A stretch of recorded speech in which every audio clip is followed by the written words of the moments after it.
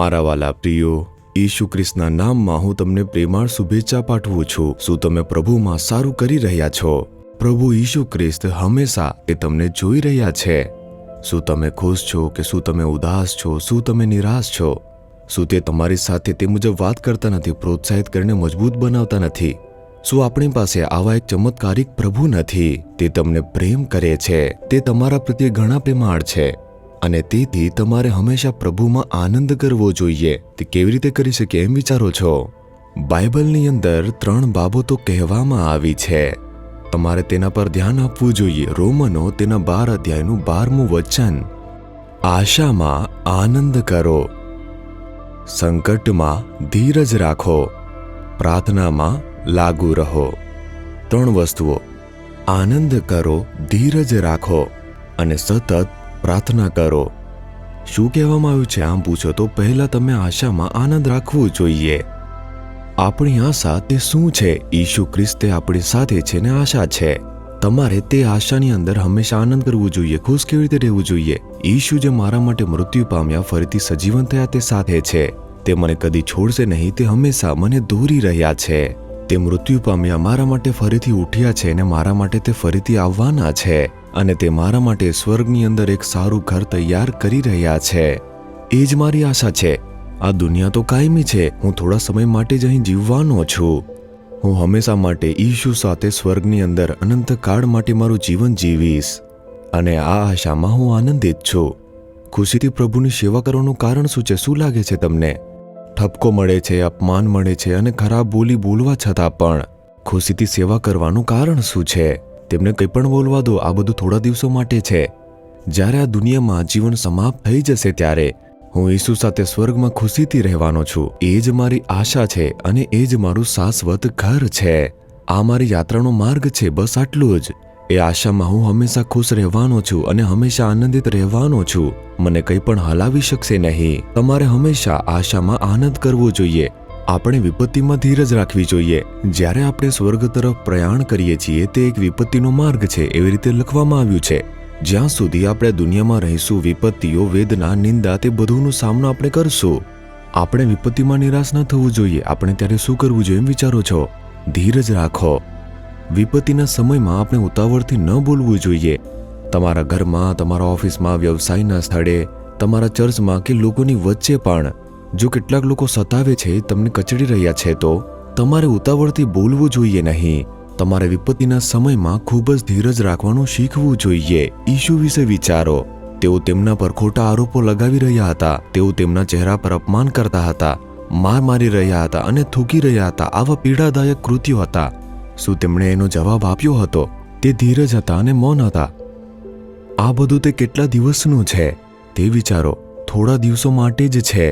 તેના પછી હું મહિમાના શરીર સાથે ફરીથી ઉઠવાનો છું. તે પછી કોઈ ઈસુને સ્પર્શ કરી શકશે નહીં. તે આ જાણતા હતા કે વિપત્તિ થોડા સમય માટે જ છે. તેથી તમે લોકો વિપત્તિમાં ધીરજ રાખતા શીખો. ઉતાવળ ન કરો અને ગુસ્સે થશો નહીં, અસ્વસ્થ થશો નહીં. જ્યારે તમે ગુસ્સાથી બોલો છો ત્યારે શું થાય છે? ઘરની અંદર શાંતિ પ્રભાવિત થશે. તમારા કાર્યસ્થળ પર જે એકતા છે તે પણ પ્રભાવિત થઈ જશે. ચર્ચની અંદર જે ખુશીઓ છે તેની પર અસર થશે. અને તેથી જ્યારે તમે વિપત્તિનો સામનો કરો છો ત્યારે ધીરજ રાખવાનું શીખો. શું ઈશુએ તે તમને શીખવ્યું નથી? વિપત્તિમાં તમે ધીરજ રાખો, તમે લોકો શાંતિ રાખો. શું તે આમ કહેતા નથી? હું ધીરજ રાખી શકતો નથી, હું ઉતાવળે બોલું છું. પછીથી તેઓ તે શબ્દોનો ઉપયોગ કરીને મારા વિશે ખરાબ રીતે બોલે છે. તેઓ તમારા ભાષણને ઉત્તેજન કરવા માટે આ રીતે બોલે છે. તેઓ મને શા માટે ઠપકો આપે છે? તેઓ મને ઠપકો આપે છે જેથી હું તેમને જવાબ ન આપું. હું જવાબ આપું છું તો વધુ સમસ્યા ઊભી થઈ જાય છે. તમે કંઈ પણ બોલો, ફરક નથી. જો તમને ધીરજ હોય તો તમે આવું કહેશો. શૈતાન તે આપોઆપ શરમાઈ જશે. તેથી જ્યારે પણ જીવનમાં વિપત્તિનો સમય આવે છે ત્યારે ધીરજ રાખતા શીખો. પ્રભુ તમને એની કૃપા જરૂર આપશે. ત્રીજી વાતનો ઉલ્લેખ કર્યો છે તે છે પ્રાર્થનામાં સતત અડગ રહો. પ્રાર્થના મહત્વપૂર્ણ છે. જો તમે પ્રાર્થનાની અંદર મજબૂત છો તો જ તમે ધીરજથી અને ખુશીથી રહેશો. તમારો સ્વભાવ નમ્ર થશે. તમે તે કેવળ પ્રાર્થનાથી મેળવશો. જ્યારે તમે પ્રાર્થના કરો છો ત્યારે શું થાય છે? આપણે ઈશુના પગ પાસે બેસીને તેમની તરફ જોઈએ છીએ.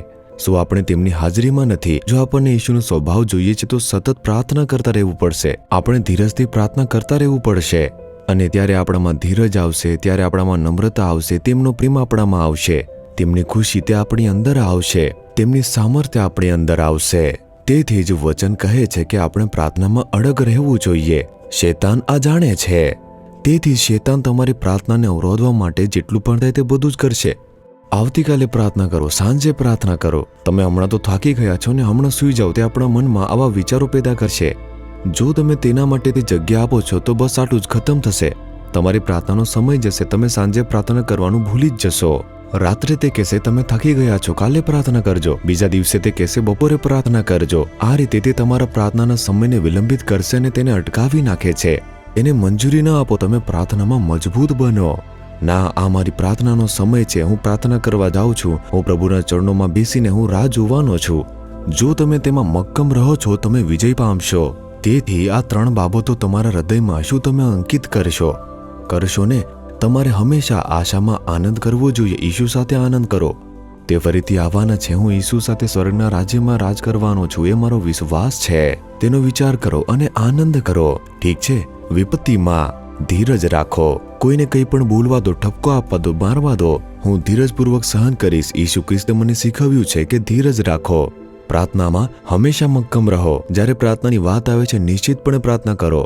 આ 3 બાબતોને યોગ્ય રીતે કરો. જો હા તો પ્રભુને જોઈને કહો, હે પ્રભુ, તમે મને જે આશા આપી છે તેના માટે તમારી હું સ્તુતિ કરું છું. પ્રભુ, વિપત્તિના સમયમાં પણ હું ધીરજ રાખીશ. પ્રભુ, હું પ્રાર્થનામાં અડગ રહીશ. તેના માટે તમે મને કૃપા આપો. ઈશુના નામમાં આમેન, આમેન.